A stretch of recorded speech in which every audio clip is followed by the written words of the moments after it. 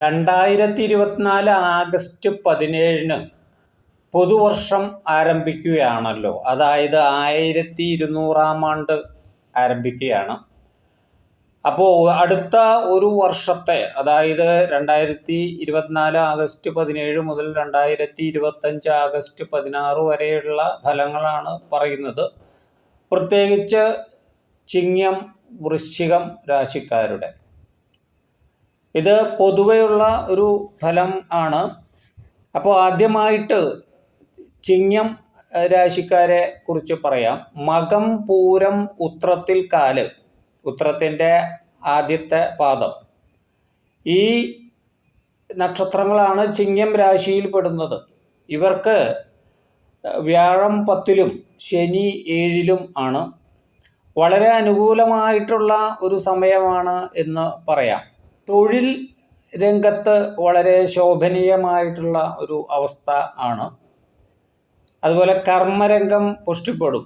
ഈ ജോലി സംബന്ധിച്ച്, ജോലി അന്വേഷിച്ച് നടക്കുന്നവർക്ക് ജോലി ലഭിക്കുകയും അതുപോലെ തന്നെ ജോലിയിൽ പ്രൊമോഷൻ പോലെയുള്ള കാര്യങ്ങൾ ലഭിക്കുകയും ചെയ്യും. എന്നാൽ വിദേശത്ത് ജോലിക്ക് പോകുന്നവർ വളരെ കരുതലോടെ വേണം കാര്യങ്ങൾ ചെയ്യാനായിട്ട്. സാമ്പത്തികമായി ഉയർച്ച ഉണ്ടാകുന്ന ഒരു കാലഘട്ടമാണ്. ഗ്രഹം മോടി പിടിപ്പിക്കാനും അതുപോലെ വീട്ടിൽ മംഗളകർമ്മങ്ങൾ നടക്കാനുമുള്ള സാധ്യത ഇതിൽ കാണുന്നുണ്ട്. അകന്നു നിന്ന ബന്ധുക്കൾ കൂടുതൽ സ്നേഹത്തോടെ പെരുമാറുകയും അടുത്തു വന്നു ചേരുവാനുമുള്ളൊരു സമയം കൂടി ആണ്.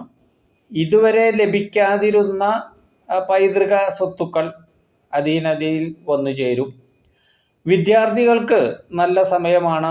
ഉന്നത പഠനത്തിന് സാധ്യത കാണുന്നുണ്ട്.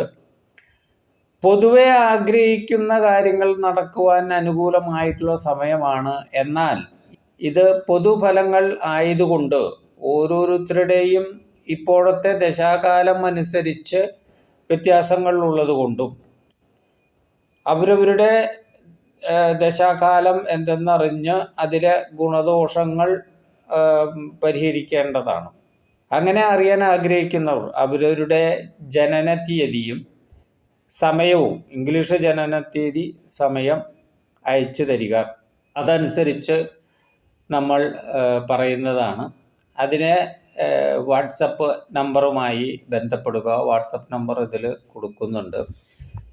ഇനി വൃശ്ചികം രാശിക്കാരെ കുറിച്ച് പറഞ്ഞാൽ, വിശാഖത്തിൻ്റെ അവസാനത്തെ പാദം അനിഴം, തൃക്കേട്ട. വ്യാഴം 7-ലാണ് ഇവർക്ക്, ശനി 4-ലാണ്. പല പ്രവർത്തനങ്ങളും നടപ്പിലാകുന്ന കാലമാണ്.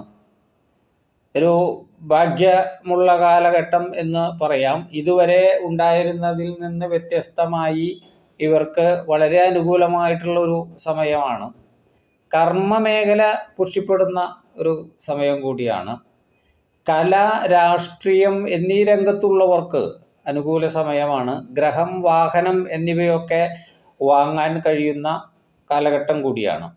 വൈകിയാണെങ്കിലും വിവാഹാദി മംഗളകർമ്മങ്ങൾ ഗ്രഹത്തിലുണ്ടാവും.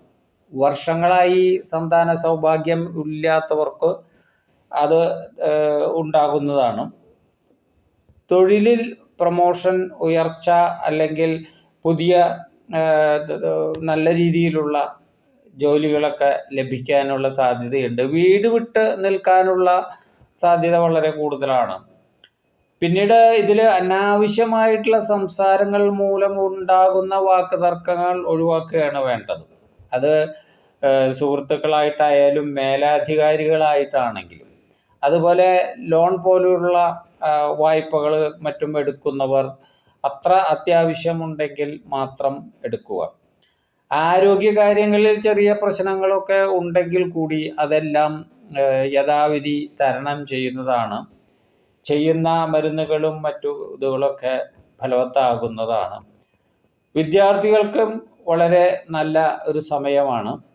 ഉന്നത പഠനത്തിന് പോകാനുള്ള സാധ്യത, പ്രത്യേകിച്ച് വീട് വിട്ട് നിന്നുള്ള പഠനം, ഇതൊക്കെ സാധ്യമാകുന്ന സമയമാണ്. അതുപോലെ ഗവൺമെൻറ് ജോലിക്ക് അപ്ലൈ ചെയ്തിട്ടുള്ളവർക്ക് അത് എഴുതാനും തന്മൂലം അതിൽ വിജയം കൈവരിക്കാനുള്ള സാധ്യതകൾ വളരെ ഏറെയാണ്. നേരത്തെ പറഞ്ഞതുപോലെ ഇതൊക്കെ പൊതുഫലങ്ങളാണ്. അതുകൊണ്ട് അവരവരുടെ ദശാകാലം അനുസരിച്ച് ഏറ്റക്കുറച്ചിലുകൾ ഉണ്ടാവും. അത് അറിയുന്നതിനായി അവരവരുടെ നക്ഷത്രം, അതുപോലെ ജനനത്തീയതി, ടൈം, ഇംഗ്ലീഷ് ആണ് ഉദ്ദേശിക്കുന്നത്, അയച്ചു തരിക. ആ ദേശാകാലം അനുസരിച്ച് നമ്മൾ അവരവരുടെ ഗുണദോഷങ്ങളും അതുപോലെ തന്നെ അതിനുവേണ്ടി ചെയ്യേണ്ട ചെറിയ രീതിയിലുള്ള പരിഹാരങ്ങളും പറഞ്ഞു തരുന്നതാണ്. വാട്സപ്പിൽ നമ്പറിൽ ബന്ധപ്പെടുക. അത് വാട്സപ്പ് നമ്പർ കൂടെ കൊടുക്കുന്നുണ്ട്. എല്ലാവർക്കും നല്ലത് വരട്ടെ.